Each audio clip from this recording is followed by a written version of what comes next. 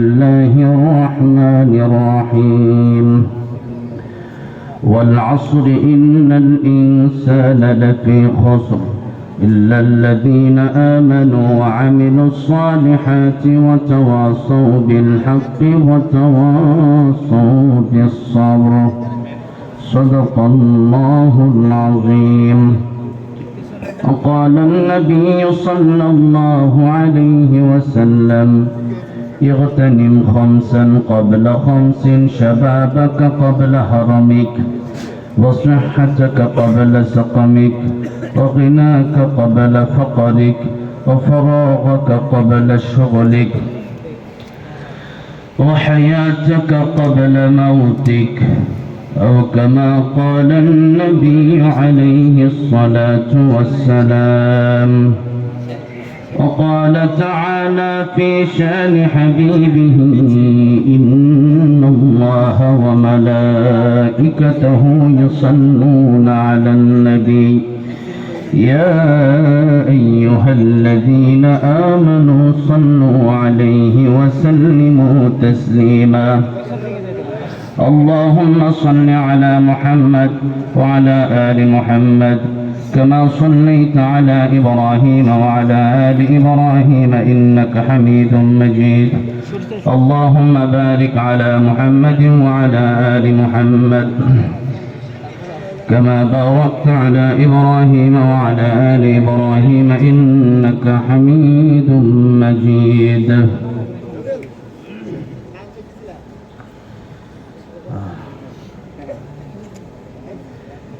Gazipur Bogura bypass মদিনাতুল উলুম মাদ্রাসা গাজীপুর হাফেজ ছাত্রদের পাগড়ি প্রদান উপলক্ষে আয়োজিত আজকের তৃতীয় বার্ষিক ওয়াজ ও দোয়া মাহফিলের সম্মানিত শ্রদ্ধাভাজন সভাপতি জনাব আলহাজ মোহাম্মদ মুসলিম উদ্দিন মুসা, সহসভাপতি আলহাজ মোহাম্মদ হারুনুর রশিদ সাহেব আজকে অত্যন্ত চমৎকার গুরুত্বপূর্ণ আলোচনা রেখেছেন মুফতি হাফিজুল্লাহ কাসিমি দামাত বারাকাতুহু, মুফতি আনসারুল হক মিজান দামাত বারাকাতুহু, মুফতি শরীফুদ্দিন আল বাহার দামাত বারাকাতুহু সহ অন্যান্য ওলামায়ে কেরামগণ আজকের এই প্রোগ্রামের আয়োজকদের ভিতরে এবং যিনি অক্লান্ত পরিশ্রম করেছেন মাওলানা কারি মোহাম্মদ সেলিম রাজা হাফিজাহুল্লাহ,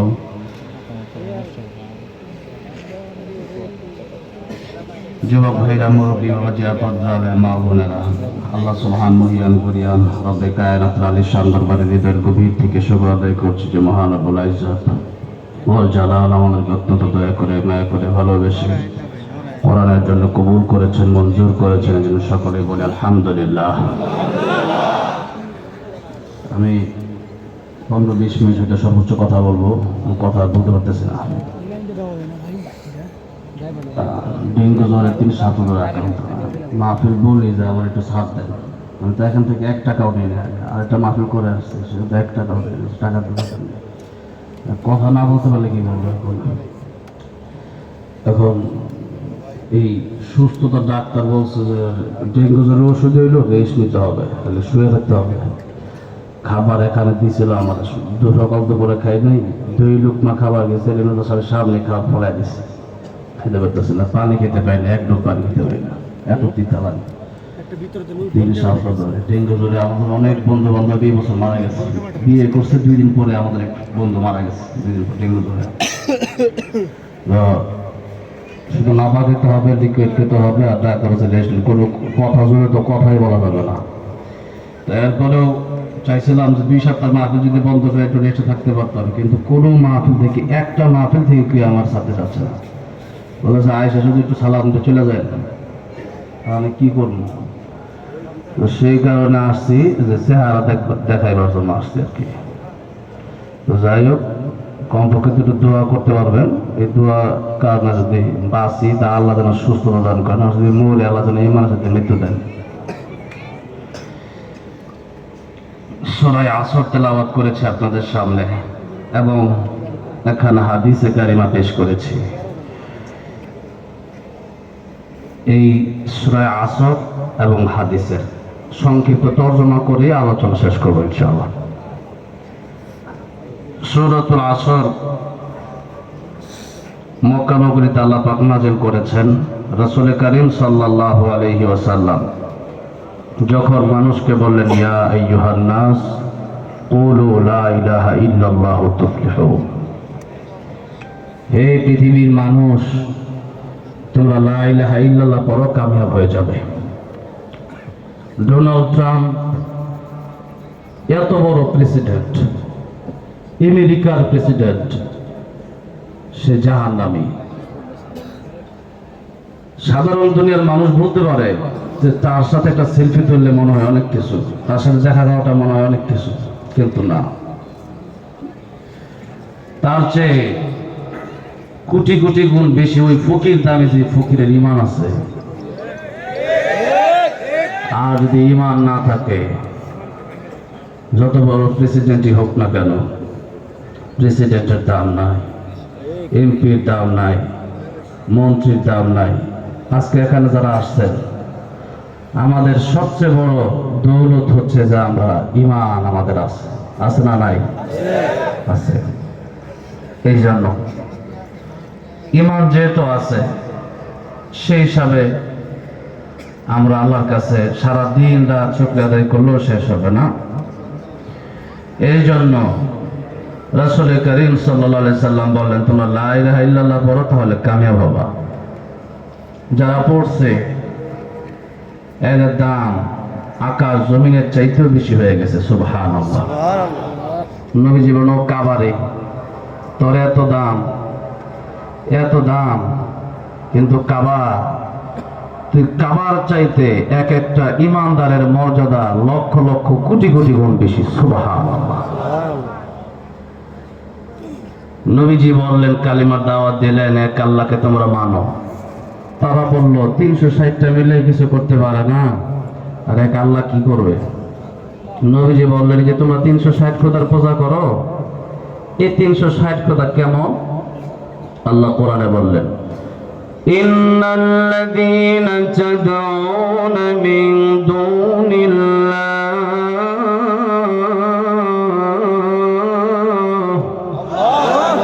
lan yakhluqu dhubaban walaw ijtama'u lahu wa in yaslubhum adh-dhubabu shay'an la yastanqidhuhu minhu ضعف الطالب والمطلوب।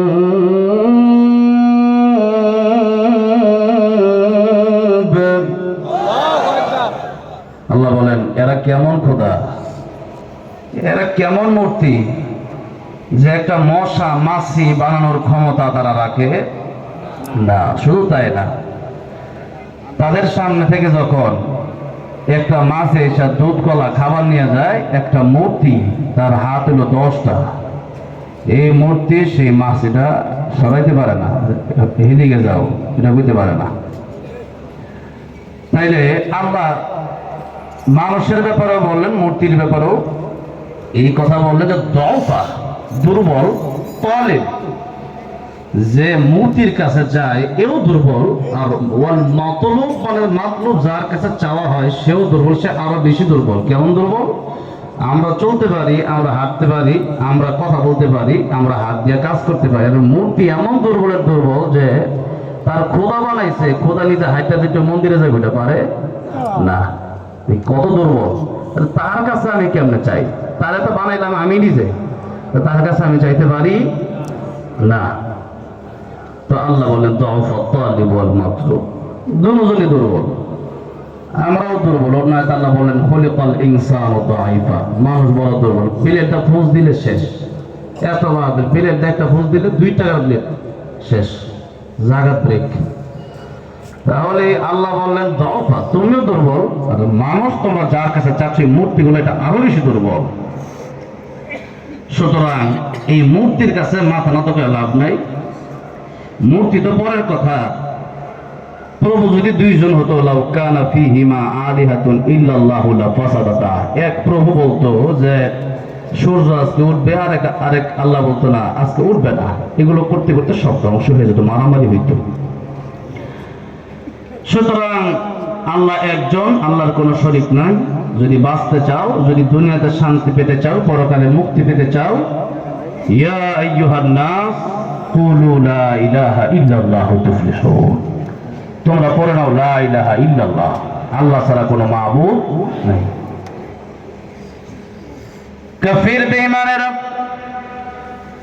40 বছর পর্যন্ত যেই কাফেররা আল্লাহর নবী বিশ্ব নবী রাহমাতুল লিল আলামিনকে আলামিন বলে ডাকতো, যেই কাফের বেঈমানেরা নবীকে সাদিক সিদ্দিক বলে ডাকতো,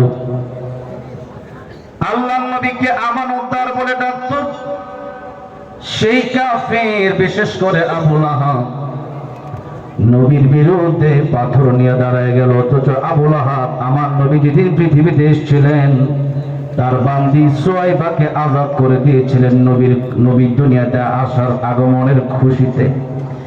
সেই আবু লাহাব পাথর নিয়ে দাঁড়ায় গেল, বলল তাব্বাল্লাকা আলিহাদা জামাতানা, ও মুহাম্মদ আমাদেরকে তুমি এই জন্য ডেকেছো, এটা কি দাওয়াত দিলা তুমি ধ্বংস হয়ে যাও? আল্লাহ বললেন তাব্বাত ইয়াদা আবি লাহাবিন ওয়া তাব মা আগনা আনহু মালুহু ওয়া মা কাসাব। নবী শকুনের দোয়ায় গরু মরে না, একটা কথা আছে। নবীজি কোরআনের পক্ষে বলার কারণে আবু লাহাব, আবু জাহেল, উতবা, সাইবা, ওয়ালিদ ইবনে মুগীরা আল্লাহ নবীর বিরোধিতা শুরু করেছে। নবীর একটা চুলের একটা পশমেরও ক্ষতি হয় না, বরং আবু জাহেল, আবু লাহাব, উতবা, সাইবা, ওয়ালিদ ইবনে মুগীরাই ধ্বংস হয়ে গেছে। ঠিক না বেঠি? ঠিক তেমনি ভাবে এই বাংলাদেশ সহ সারা পৃথিবীতে মুসলমান সহ মুসলমানদের আমি আল্লাহর কোরআনের পক্ষে যারা কথা বলল, আল্লামা দেলোয়ার হোসেন সাঈদী, আল্লামা মামুনুল হক, মুফতি আমির হামজা, মাওলানা সাখাওয়াত হোসেন রাজি, খালেদ সাইফুল্লাহ আইয়ুবী, রফিক মাদানী, যারা কোরআনের পক্ষে এতদিন কথা বলেছে, তাদেরকে স্বৈরাচার হাসিনা বছরকে বছর, যুগকে যুগ কারাগারে তাদেরকে বন্দী করে রাখলো। তারা তো আজ বাংলাদেশে আছে, কিন্তু ওই স্বৈরাচার হাসিনার দলবল নিয়ে তারা বাংলাদেশে থাকতে পারে নাই। তারা চেয়েছিল আলেমরা যেন বাংলাদেশে থাকতে না পারে। আল্লাহ কয় ওই স্বৈরাচাররা তোরাই বাংলার জমিনে থাকতে পারবে না। ঠিক না বেঠে? যুগে যুগে যারা ইসলামের বিরুদ্ধে কাজ করেছে, কোরআনের বিরুদ্ধে কাজ করেছে, যুগে যুগে যারা আল্লাহ রাসূলের বিরুদ্ধে কাজ করেছে, তাদেরকে আল্লাহ রাব্বুল আলামিন সাথ দিয়েছেন। তবে আল্লাহ রাব্বুল আলামিন তাদেরকে ছেড়ে দেন নাই।